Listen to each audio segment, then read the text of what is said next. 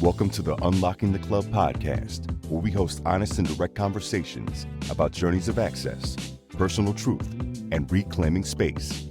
We share our truth so that you can find the key to own your truth, honor your journey, and reclaim your space. Grab your keys, your wallet, your phone, and invite your friends to meet you at the club. Here's your host, Angela Taylor. Hello again. I'm Angela Taylor, your host for Unlocking the Club. Thanks for joining us. Today, I actually want to start this episode off by thanking all the moms out there. Honestly, I don't think that we thank our mothers or acknowledge and thank those mothers that we have in our lives frequent enough.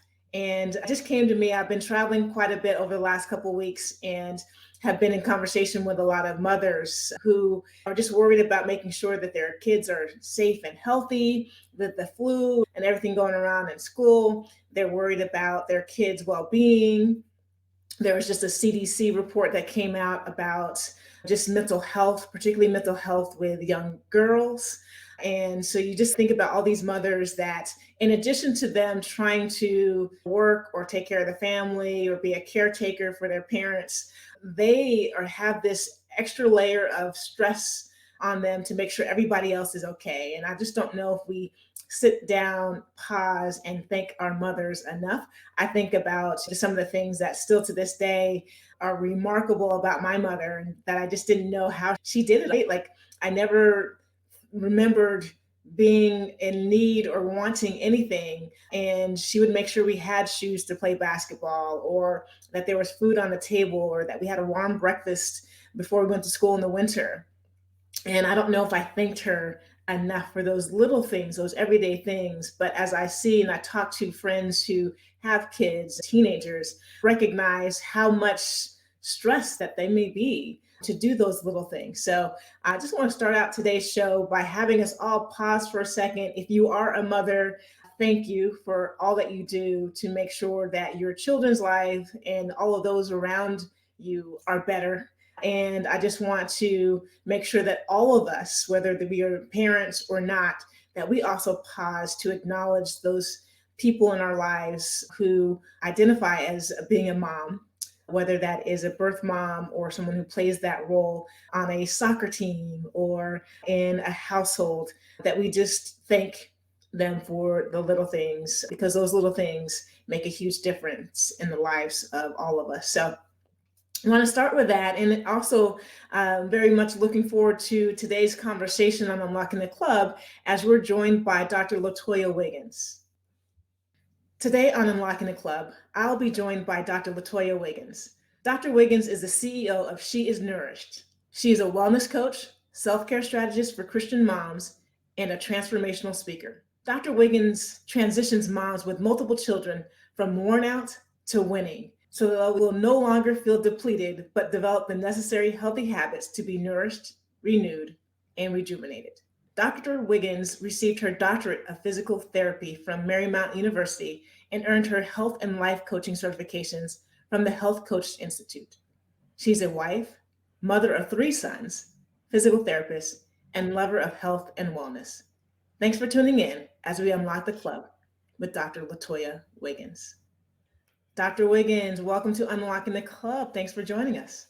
Hey, Angela, how are you? I am doing great. I am so excited to be in conversation with you for a variety of reasons, but just because of the work that you're doing and your story and your willingness to share your story in a way to help other mothers around the country. And so I guess before we get into your story, was there anything that I left out of your bio? I know that we're so much more dynamic than our bios really tell us. So what is missing from that bio that our listeners need to know about you? What is missing? That's always This is your something I feel chance, right? like, This is your right? chance to say this is all about me. So I love that because oftentimes our identity is we zoom in on. So, for example, me, I'm automatically thinking I'm a mom, which I am. I'm a mom. I'm a wife.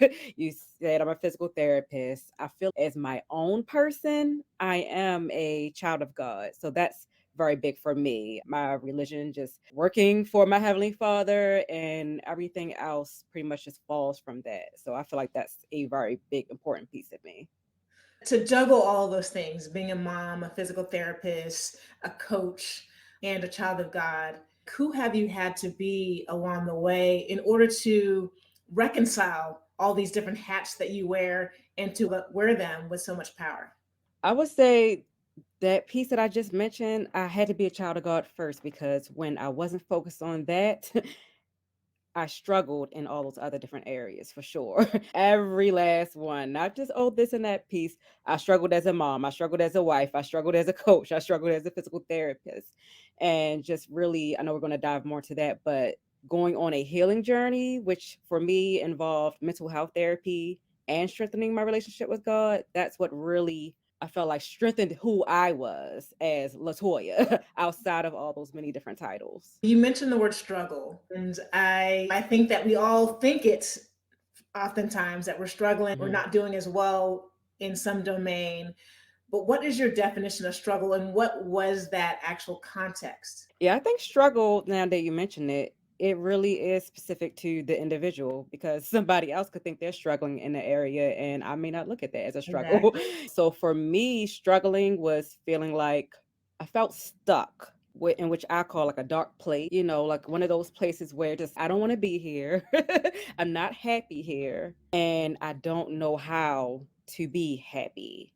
I don't know how to have peace and joy. I feel every few steps forward that I take, I end up further back instead. Or sometimes I feel like my feet, they're not moving anywhere. So for me, that was my struggle. And it was dealing really with my mental health, which was anxiety and depression, which I didn't even realize I had. I figured I had depression before I started going to therapy, but I had no clue that I struggle with anxiety.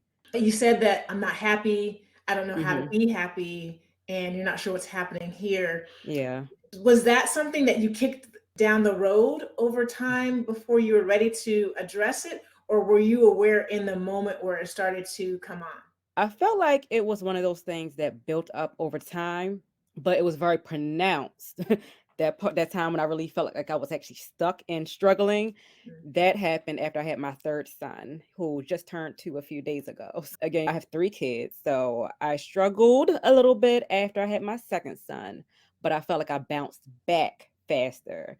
And after I had my third son, this was in the middle of the pandemic, February 2021, in the middle of the pandemic. We are already isolated because of the pandemic. Everybody's home. So it's not like I really have an actual Space. rest break. Mhm. Everybody's home, Yeah. children and husband. And I was dealing with the usual, I don't want to say usual, but I guess common things that happen in the postpartum stage. So I was having issues with breastfeeding. I had a C-section and I had issues with my C-section healing. And so then I'm running back and forth to the doctors for myself. I'm running back and forth to the doctors for my son, with that lactation consultant, to the specialist who helped snip his tongue tie, which helps you with breastfeeding. And that stage was just overwhelmed. And I already dealt with it with my second son. But it was, again, I guess it was just different because I had 3 kids. I think that was really the main issue. I had 3 kids now instead of 2. And that was the difficult transition for me. I didn't know how to deal with it. I felt like I was being spread thin. I'm trying to nurture this newborn, but still nurture my middle son, he had just turned 4 at the time. I had my older kid still doing virtual school. You're trying to make sure all the kids are adjusting well. And that was really the issue. I was so worried about everybody else that I forgot about me. And I was always walking around the house trying to clean up after everybody. I'm still supposed to be healing from a C-section, but I'm cleaning up after everybody and I'm starting to get grumpy. I was getting irritated. I just was not a very nice person. I always say that I was like a ticking time bomb waiting to explode. And as soon as I would see another mess, especially one day, it was like after I saw just another mess on the floor that I felt the need to clean up. And the key phrase in that is I felt the need to clean that up. I didn't have anybody else to help me. And I just lashed out at my family, just everybody saying everybody's getting on my nerves. I don't know what the newborn did, but everybody was getting on my nerves. Yeah. I was so sick and tired of cleaning up after everybody else. Felt like nobody was helping me. But like the way I lashed out, it was just ridiculous. It was like an explosion. Like I said, that time bomb went off, and I felt bad afterwards. Of course, it's like the release happened, and then I was stuck with that. So I just remember retreating to my room, having my own little private pity party, just crying, letting the tears just fall out. And in that moment, it was like, LaToya, something's got to give. Like, I don't like this person. I don't want to be her. And we've been struggling for way too long. That it started with the postpartum stage and it carried on for several months and it wasn't getting any better. I'm thinking, like, okay, things will get better. No, because now I was dealing with something and I just didn't know how to get out of it. Yeah. And when I finally decided in that moment of my private pity party to see a therapist, that's when it was uncovered through therapy that I was having depression and anxiety. And like I said, I never thought I had anxiety. I figured depression, but I never thought I was an anxious person until when you really look up the definition of anxiety, yeah, you're always worrying. That's anxiety. Yeah. So seeing a therapist. And at the same time, I decided it's time to strengthen my relationship with God. It was like working with both of those things, working on strengthening my relationship with God and seeing a therapist. It really helped me to focus on those things that were important to me to get back to taking better care of my mind and body. That helped me to have more energy to take care of these busy boys of mine, get back to doing things that actually brought me peace and joy, and really just living better, trying to do things so I can be a patient person, a more calm person, have peace even when I feel like I'm in the middle of chaos. My interactions with my family are much better. The interactions with my husband is much better. Even outside of my family now, like now we're back out into the world for the most part with COVID. I feel like my social relationships are better. So everything really trickled down from working on me. I can see the difference in how I interact with other people. And now I can really see I have more peace and Right. joy in my life, more happiness. I'm someone who I don't have children, and so I Mhm. always get curious outside looking in at mothers and all of the burdens they carry. And as you were telling those stories, there's so many places I want to go, LaToya. One question I have for you is as you were in that moment and things were starting to pile on and you blew up, was your concern about what made me blow up or what impact it had on my family? I would say both. And I would say the scary part was the impact that it's going to have on my family, of course. I can only fix that by fixing me. Yeah. So, yeah, I would say that was my most important concern. Like, I can't keep on going off like this. Yeah. They don't deserve a mother and a wife like this. And Sure. like you said, kids are forgiving, but that type of attitude over and over again, that would eventually have a bad effect on them. Yeah. And I didn't want that to happen to them. And then I don't want to be the reason my children need therapy. but I wonder like that burden of not being the reason why a human has a human experience and that sense of having to be perfect and protect Mm, everybody else while not actually noticing and acknowledging what may be going on with you. So prioritizing everybody else's safety and wellness in the midst of your own mm, journey, right? And I just wonder like how often, and I think about my mother, right? Like in an anxiety or that sense of worry, that oftentimes I would poo-poo some of the things that she would be worrying about because I wasn't worried. This burden that I wasn't carrying myself, and it had 100% of the things that were in my control and out of her control. mm, But I also knew that's something she needed to feel like she could carry that and alleviate some of that from me. And perhaps in that process, I didn't feel the same weight mm. because she was carrying the majority of it and would help me figure it out whenever we got there. But I Yeah. just wonder about that interrelationship between a mother and everything else of like how much of the burden is your responsibility and how much of that burden do you multiply unnecessarily. And that's what I have to check myself on because right now, like I'm still not perfect. So a lot of times I do have to check myself because the things that I'm worried about, nobody else is worried about. My husband is not worried about it. And sometimes that makes me more worried. You should be worried about. So it's really a lot of times just checking yourself. Why am I getting worried? Why am I feeling anxious about this? But it's really a lot of self-talk sometimes will bring it back down. Like, why am I worried about this? Because a Yeah. lot of times, like you said, it's not something to worry about, Or for example, even just like sometimes just simple things like cleaning up.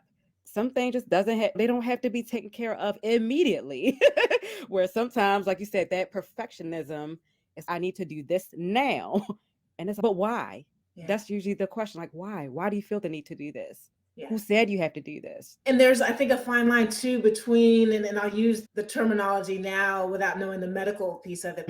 Anxiety is real. And Yeah. then there is the worry about being perfect and Mhm. all those different things. And I would imagine an important piece on this journey is knowing the difference between the two, of knowing like if the kitchen counters aren't as clean as they could and should be, that drives me nuts as well. And I'm like, no one else noticed this, but apparently no one else notices. So why should I be worrying about it if no one else is Right. worrying about it, right?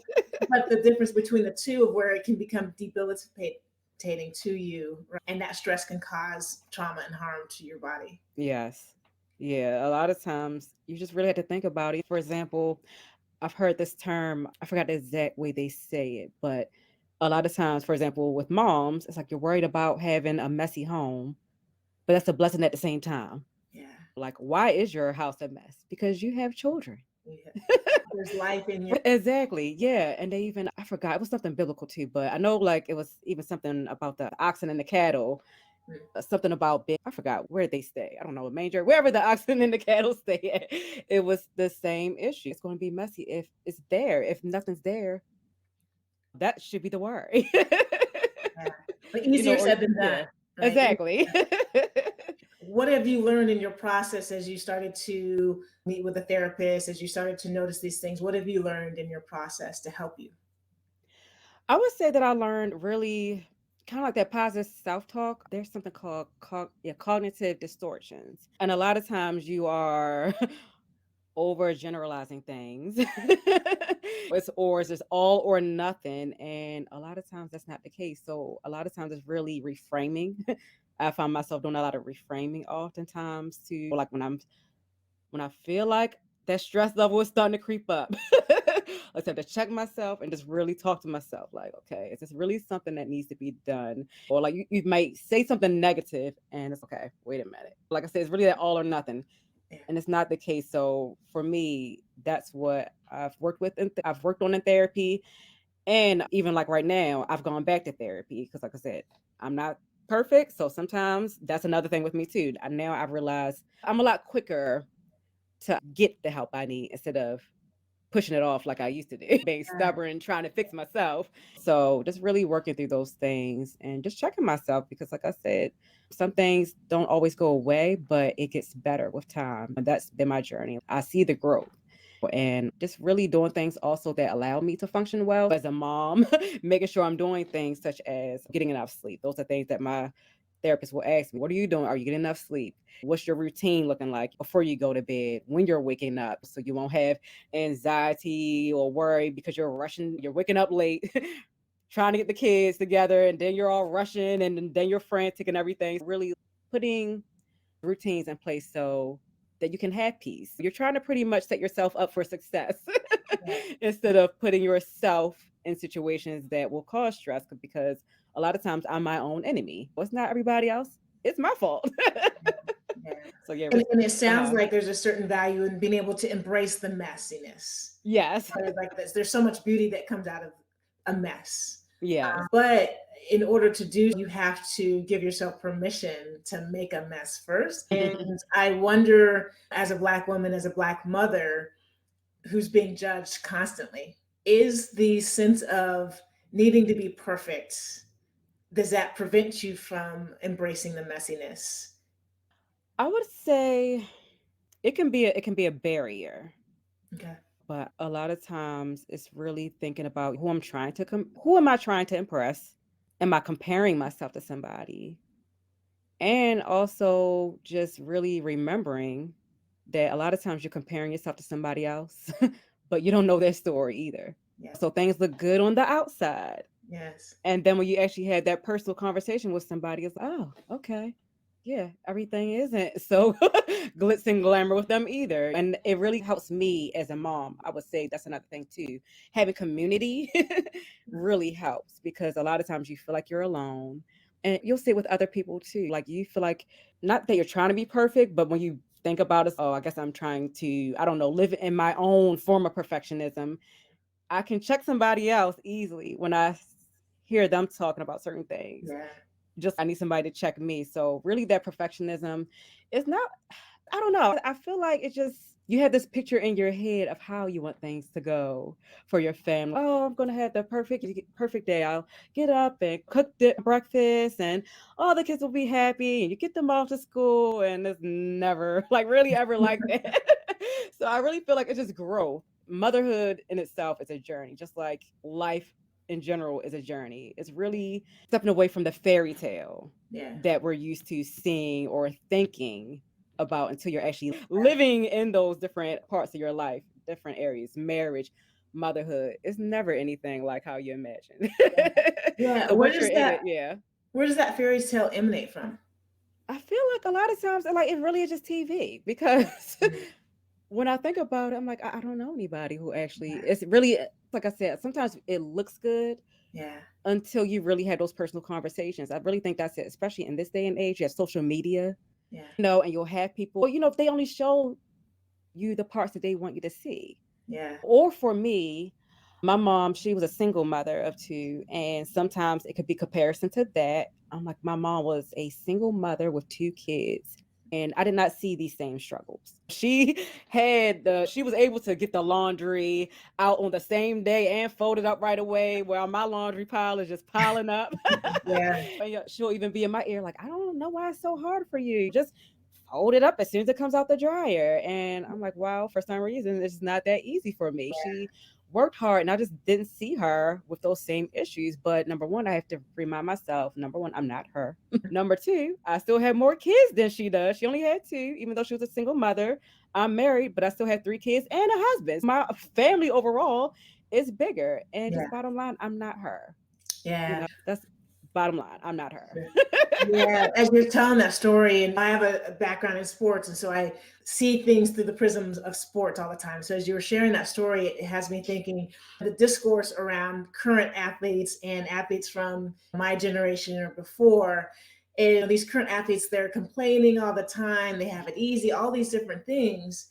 And when I'm able to take myself out of it and step back, sometimes I'm like, they're actually sharing what's really going on for them in a way that in previous generations that you would never allow yourself to be seen as having a weakness or Right. let people peel back that curtain on that weakness. And I know for sure one of the reasons I started unlocking the club was because it was later in my journey with my mother and right before she passed that we started having real conversations about how things weren't perfect and how hard things were and how frustrated things were for her, and that she like suppressed and held to herself because she had to project like everything is fine, because if everything is fine as the mom, then the family is going to be fine. Right. And I agree with you. I don't think that we have enough of these conversations on a regular basis to be real and authentic. We either have, I had a guest recently talk about her family was compared to the Cosby family. So you have, and nowadays that word, sometimes I want to say Cosby, but the Huxtables. And then you have this sense that we all love reality TV. So we love to see like things crash and burn. And like for most of us, life is somewhere in between. Yeah. And we don't amplify that enough. And so how would you say that you've started having these conversations with friends, and how can we do a better job of just being honest and real and show those moments where we aren't perfect and be okay with it? And how can we receive that from our friends or family so that they can be seen and feel comfortable sharing those things? Yes. I really feel like leaning into community with similar people is important. So when you lean into community, whether that's something online or in person, I feel like for me, it's allowed me to open up more. Sometimes, let's say I'm around another group of moms, or it could be other couples, whatever it may be, where they're around other couples, other mothers, whatever the group is. Yeah. It's like I'm quiet, and then you hear somebody else sharing, and then you hear somebody else sharing. It's okay. It feels like a safe place. Yeah. So sometimes you don't always want to just blab out everything. You want to feel comfortable. You get yourself in these communities, and when you see the energy and yeah, like I said, you get a sense when you feel safe, and then that's when you can really open up and share with other people. You're not in a place where, you hear somebody share something extremely personal that you may not feel comfortable, but you see everybody's reactions. It really, really allows you to open up more and okay, these are my people. So if you know you're going through a hard time, or when you feel like you're on the brink of going through a hard time, you have these people who you can go to. Like for me, even as a woman of faith, I have my Bible study group. You feel comfortable to them. Can you pray for me about blah, blah, blah? You don't even have to go deep into whatever the issue is. Can you pray for my marriage? Can you pray for this? I'm having this issue. So you feel comfortable going to these people versus you may not feel comfortable going to your own friends. Yeah. Oh, you may not feel comfortable going to your own spouse sometimes, your mother, but getting around certain people with similar issues or problems or just something similar. Like I said, it could be a mother and we don't have to have the same issues, but we all have kids. So we all going to face similar things. Same things with couples. It could be even something like fitness. I always tell people you may be on a health and wellness journey and your spouse or your friends may not care. So you put yourself in an environment of other people who are working on that, and then you feel comfortable. These are the people I can go to talk about my exercise or nutrition, whatever. And it's like this, I can have these conversations and not feel like I'm getting brushed off. You feel like you care about me. You're going to push me, make sure that, oh, you said you're going to work out 5 days a week. All right. Now you're hitting up my phone every day to make sure I made it to the gym or whatever it is. You want to be around people who are encouraging, not just kind of brushing you off or you just feel, then you have the tight lip. Yeah. And then everything gets bottled up instead of being released some kind of way. Yeah. My sense is that in order to be able to do so is you have to actually know what it is that you need so that you're Yeah. in the right space to be in. And Right. I imagine as a mother who's wearing a dozen different hats on any given day, being able to pause enough to acknowledge and recognize what it is that you need in that moment Yeah. is a I would tall say that. task.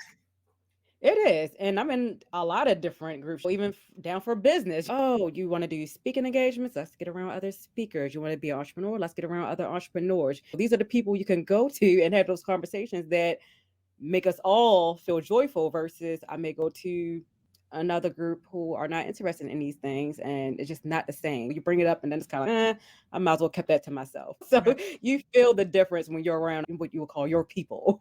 Yeah, yeah. So she is nourished. So tell us a little bit about that and then what your strategies for self-care would be. Yes. So she is nourished is all about nourishing yourself mentally, physically, and spiritually. I feel as not just a woman, but a person in general, you have to make sure you're nourishing all those different areas because when one is out of whack, it definitely affects another. Yeah. So, for example, when you go back to my story with my mental health, it was failing and I wasn't taking great care of my body either. I wasn't, my relationship with God was not as strong as I wanted to be. But when I fixed that, it allowed me to have that the mental energy actually to want to take better care of myself. And then I started nourishing my body and I got the physical energy. I started nourishing my relationship with God. And that gave me the energy to get back to doing things that I love, such as coaching and speaking to women. Same thing with the physical piece. If you're not taking good care of your body, you can have illnesses. And then what does that do? It causes more stress. So now that our mental health is affected and it could even affect your spirituality, you're questioning, why is this even happening to me? And then for me, as a woman of God, if you're not nourishing yourself spiritually, like I said, everything else can just fall. So we have to make sure that we're nourishing ourselves in all of those different areas. I feel like that's how you quote unquote balance, or as I like to say now, just find harmony in your life. And then as a woman, is she is nourished because I really feel, I don't want to say compelled, but called to help women. And then with me specifically, moms, I got to help my moms out because I know that struggle. I know Yeah. those different things we struggle with to even prioritize self care, which we're talking about. That's what self care is to me, nourishing yourself mentally, physically, and spiritually. And as moms, we're always taking care of everybody else. And it goes outside of our family. We have our own household. Sometimes we have our parents, Asian parents to take care of, or you're worried about my mom is fine, but I'm always worried about her because like I said, she's that type of person who does not open up. So you got to dig to make sure everything is really good. Yeah. And then in all those other areas, in your business or career and ministry, we're always making sure that we are there for other people, but we can't truly be there or show up the best way possible if we're not happy, have peace and joy. I feel like a lot of times we're pouring here and there, but when we're full as in having peace and joy, we're able to give better. You're giving from a place of happiness instead of that depleted version, that person that is running around on fumes, just trying to hang on to their life. When you could see the difference when somebody is truly happy. You may already felt, oh, they're always chipper and everything. But then when somebody's really happy, you can always see that extra glow on somebody. When sometimes you'll ask somebody, what's gotten into you? You just seem different. Sometimes you can't even explain it. You can tell when somebody is having they're truly happy, or you can even feel it yourself. Yeah. That energy. Like I said, you don't feel everything just feels good. The mental and the physical energy is there. And that's what's important to me. And that's I know a lot of other moms and women in general need that. So that's why She Is Nourished is so important to me. And then I know you mentioned, how do you do that? It can be hard for us. So it does start with, you mentioned it earlier. It starts with giving yourself permission. Permission to say yes to yourself. Not yes to anything else. We're already doing that. You have to give yourself permission to say yes to yourself and those things that you are called to do, those things that you know will bring you peace and joy if you start prioritizing those things. So say yes to yourself. That means you will have to start saying no to some things or people that no longer serve you and your purpose in life. Saying no might mean saying no to your own toxic behaviors or bad behaviors that's holding you back, which I've had to do. It may mean saying no to other people, setting up some boundaries, Yeah. or maybe delegating. That's another thing as a mom, or even if you're a person working with somebody else in business or ministry, you got to start delegating some tasks. You don't have to do it all on your own. Somebody else can do it, or you may teach them how to do those things. And then I would say start small, because that's a big issue with self-care, taking care of yourself. A lot of times we feel like, you mentioned the perfectionism, we feel like we have to do everything right away, right now.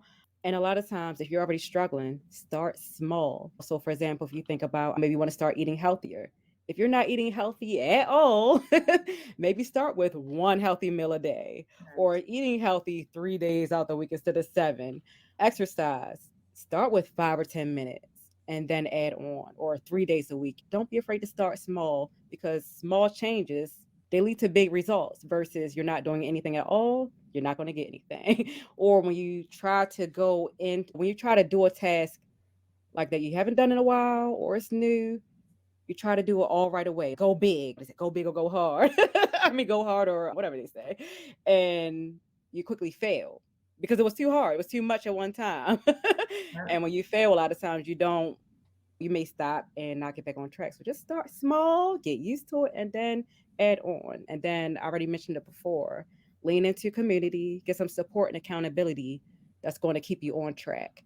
That support and accountability could be seeing a therapist. It could be seeing a fitness coach or a personal trainer. It may be seeing somebody like me, a life coach, a self-care strategist, to help you figure out how to do those things and then keep you on track. If you fall off, we're right there to get you back on track, because we're not perfect. We may fall off track, but we can't stay off track. So you got to have those people can help you with whatever goal it is that you're working on, a business coach, career coach, whatever it is, lean into those people. We're here on Unlocking the Club, listening to Dr. LaToya Wiggins just break it down of how we can be in self-care. And there's something that you said earlier that resonated with me. It was harmony. And it had me thinking, like, so often, I'm actually going to start to use that phrase.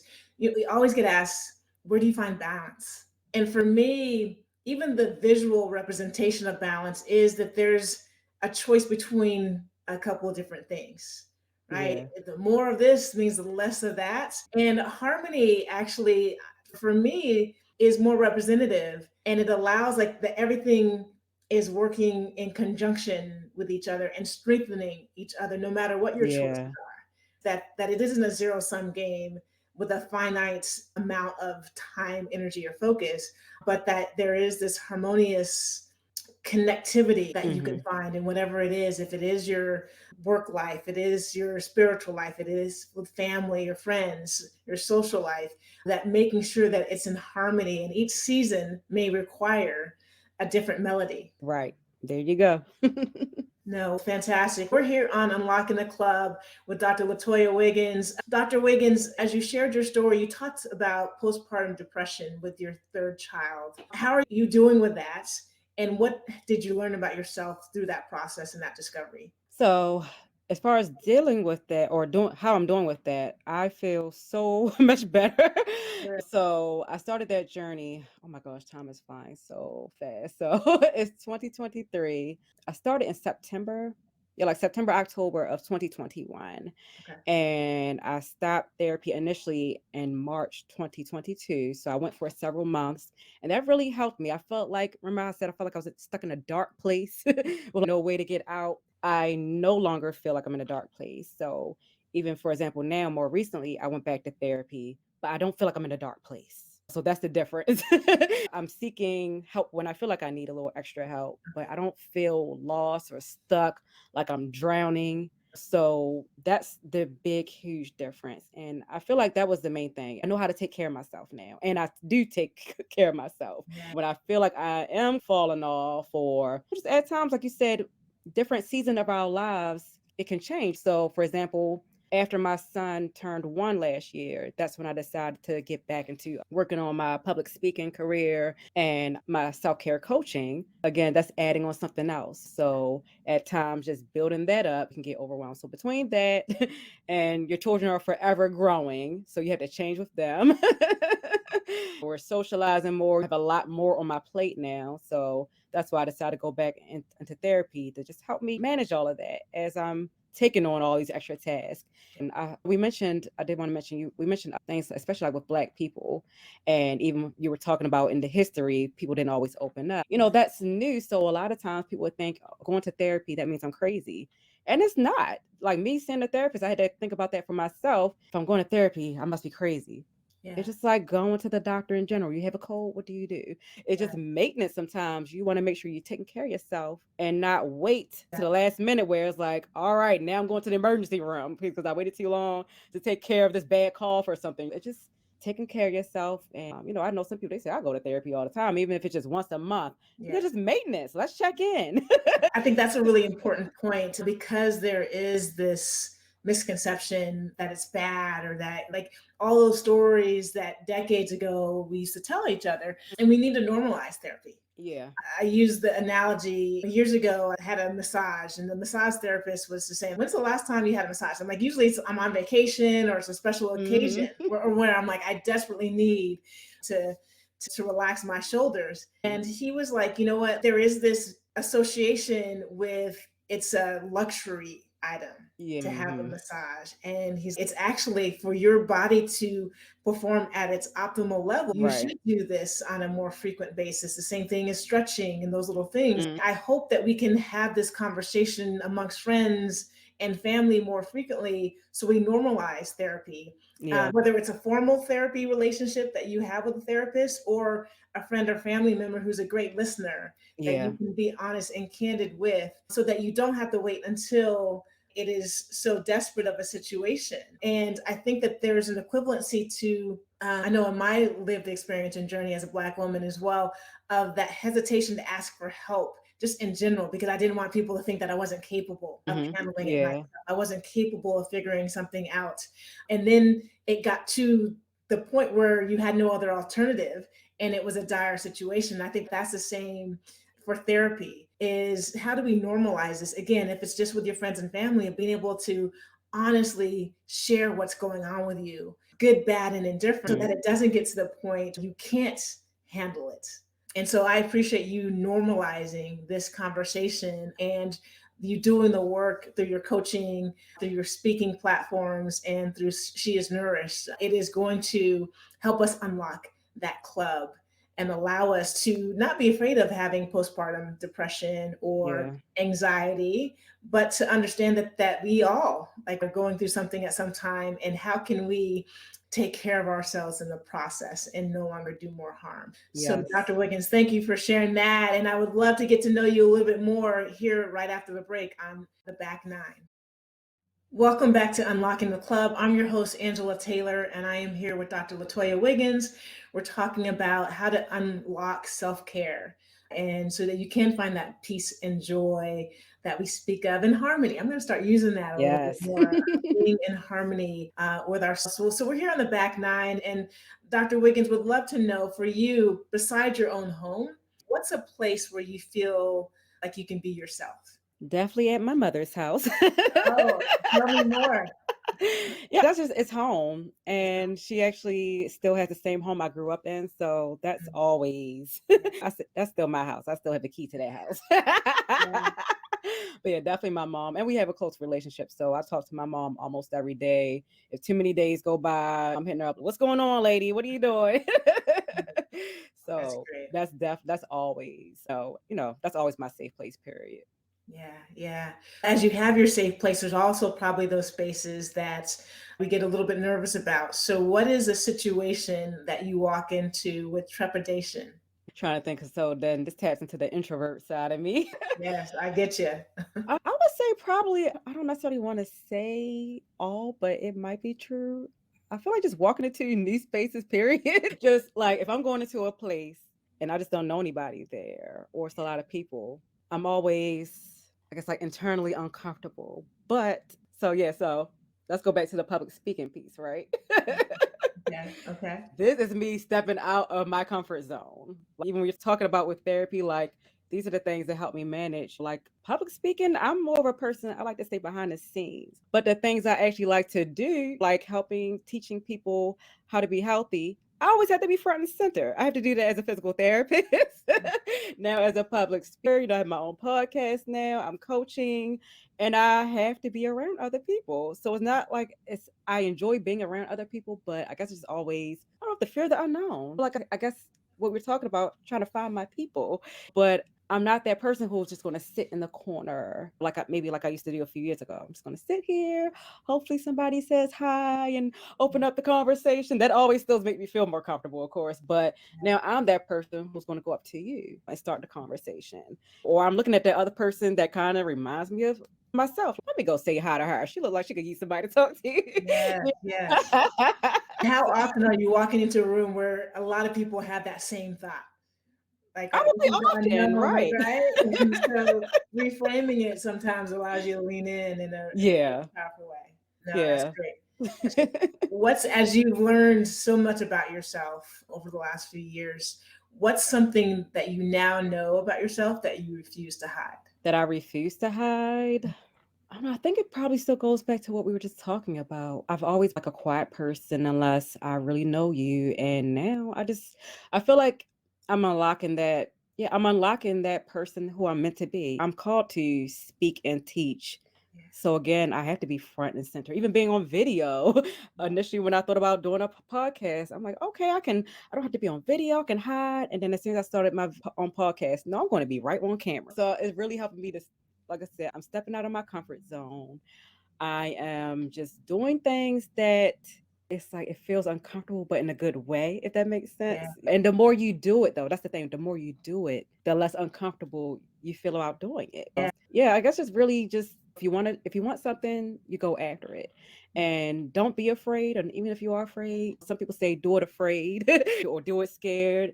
With me, I always say if you are a woman of faith, you're not even really doing it afraid. You're doing it with trusting God. So just go after what you want. Keep doing it. There's no such thing as failure. So if you feel like you failed at something, it's a lesson learned. You go yeah, back, regroup, and you get back out there and do what you need to do. So that's really been me. I've just been straight stepping out of my comfort zone. And that was not what I intended to do. I just was going to stay behind the scene. I don't want to even want to be nobody's boss. I just want to go to work, clock in, clock out, and just being an entrepreneur in itself. yeah, yeah. I had no plans on being an entrepreneur, and Mm, now I'm doing everything that now you are. I did not want to do. And it feels good though. Yeah. And I want to kind of dig into that a little bit too, because so now that you are front and center, right, in finding your voice, do you know what it was that you were trying to hide? And do you know why you were trying to hide? I think for me, it was really just the fear of failure. When it goes back to the perfectionism piece, I don't want to fail. I don't want to fail. And like I just said, I had to remind myself of what I just said. There is no such thing as failure. And I guess reflecting on that a lot of times, which I've done in coaching programs, even with therapy. If you look back, if you take a piece of paper and just write down all of your accomplishments, it's like you're not a failure. Yeah. And in some of those things, you think back on the times when you felt like you failed. What came out of that? So as a physical therapist, did I fail some stuff in PT school? Yes. But here I am. I'm a therapist. So, that one quote unquote failure did not hold me back. You learn from those situations, you get a game plan, and you get back in the game. Yeah, You're that's supposed true. I was listening to, or I was reading an article again about sports, and there's a women's basketball player who was talking about they've had a lot of success this year and they lost a game. They could have easily won that game. But she said, and this is a young kid, probably 20 years old, and she said, you know what? If we had won that game, we would have easily kicked down the road the things that we needed to work on.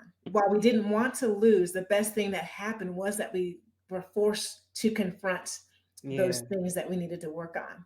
And when we are trying to be, one of our previous guests on the show, Shantara Hardy, said, perfection is expensive. It really is It expensive because we work ourselves up, we don't give Mhm. ourselves a break, and we miss out on opportunities to learn Yeah. in that moment. And so thanks for sharing that. I think that is really important for us to understand as well, when we're trying to hide our infallibilities. Yeah. Like we all make mistakes. And so when we try to hide some of those things, we don't learn in the process and others can't learn from us. Yeah. One of the things that for me, I've learned along the way in this journey is my superpower. And before, Yeah. again, as an introvert, I look at other folks that are doing things effortlessly. And Mhm. it was like, oh, wow, I can never do that. Like, I don't have anything that's special for me. And then I started to recognize, wait a minute, there's some of those things that I do really well that others don't. What is your superpower? My superpower. I always say I'm a lover of health and wellness, and I feel like that alone is my superpower. So, for example, I'm a physical therapist, and stepping out of my comfort zone was going into entrepreneurship outside of having Yeah, that doctorate degree. But everything always brings me back to health and wellness. Like that's my baby. You get me talking about health and wellness, oh, we can talk all day long. So, even stepping out of the being a physical therapist, and sometimes I'm questioning, like, girl, are you crazy? I've had other people ask me that, girl, you got your doctorate degree, blah, blah, blah, blah, blah. And this is my superpower, though. I feel like it's part of my calling. I'm yeah, still doing what I feel like God is leading me to do. I'm still doing health and wellness. yeah, Everything that I learned from being a physical therapist, being in the health and wellness field, allows me to talk about yeah, health and wellness to other women, to other moms, yeah. from experience as a healthcare professional, as well as my experience in my own personal life. I would say that is my superpower. Yeah, definitely is your superpower. When you think about the world that we are living in and the spaces that you in particular are navigating, what's a story that needs to be told? A story that needs to be told. I would say just going back to whether you're a mother or a woman, you could be taking care of, you could be a caretaker to anybody or whatever your baby is. It could be your own business. You already mentioned it, just really normalizing the mental health journey. I feel like it's getting better. Yeah, I will say that it's getting better, but it still needs some work. And definitely, especially as Black women, I feel like we're still holding on to those limiting beliefs. You get around other women and you don't always want to Yeah, open up because Black women, we're angry or it's gossiping and everything. Just really, like I said, if you just have to find your tribe of people, find a safe place, and really normalize talking about mental health therapy, because I feel like when you get around other people, and people that's uplifting, not just, oh, we're going to be all sitting around in a circle and just having our pity party together. mhm, You have to be around that women empowerment. This is what's going on, but now what's next? what's next? Right? Like we have to have a game plan, not Yeah, just going to be around just talking about our problems and that's it. What's the problem and now what's the solution? What's a yeah, game plan? So yeah, really normalizing that. That's what I would say. Yeah, the mental health therapy, and like it's a lot of women empowerment. But even with that, I've been blessed to be around good women empowerment groups. I've heard some people talk down on some women empowerment because I guess maybe they're in the environments where it gets gossipy or shaming or yeah, whatever. Like I said, find your tribe. That's even if you think about church. Every church is not going to be for you. You got to find what's right for you. Down to a job, find what's right for you and stick there. Don't just, not diminish, but I get just what am I trying to say? I don't know. Exclude. Just don't yeah, exclude all environments, all women groups, Yeah. or whatever it is, just because of one bad experience. Find your tribe. Like I said, if you got to sit quietly and read the room first, do that. Be open. Yeah. Yeah. Have an open heart toward those things. Yeah. When you have an open heart, and you'll find that tribe that brings out the best in you. Yeah.